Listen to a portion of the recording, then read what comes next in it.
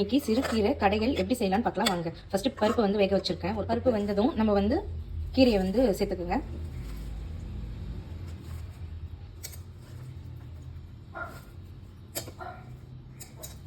ஒரு கப்பு தண்ணி வந்து ஆட் பண்ணியிருக்கேன். மூடி போடாமல் வேக வைங்க, அப்போ தான் வந்து அவுச்சி ஸ்மெல் வராது. சைடில் தாளிப்பு போட்டுக்கலாம். இப்போ வந்து 2 ஸ்பூன் ஆயில் விட்டுருக்கேன். வடகம் 1 ஸ்பூன். சிம்மில் வச்சுக்கோங்க, அப்போ தான் வடகம் தீயாமல் இருக்கும்.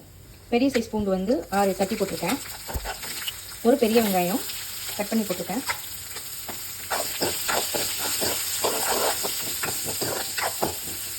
இப்போ ஒரு தக்காளி கட் பண்ணி போட்டிருக்கேன். கொஞ்சம் வதங்கட்டும். உப்பு ஆட் பண்ணிக்கோங்க. நான் கல்லுப்பு 1 ஸ்பூன் ஆட் பண்ணியிருக்கேன். கீரை நல்லா கொதிக்குது. இப்போ நம்ம தாளிப்பு ஆட் பண்ணிக்கலாம்.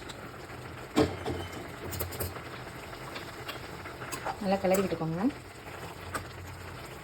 காரத்துக்கு 2 பச்சை மிளகாய் போட்டுக்கோங்க.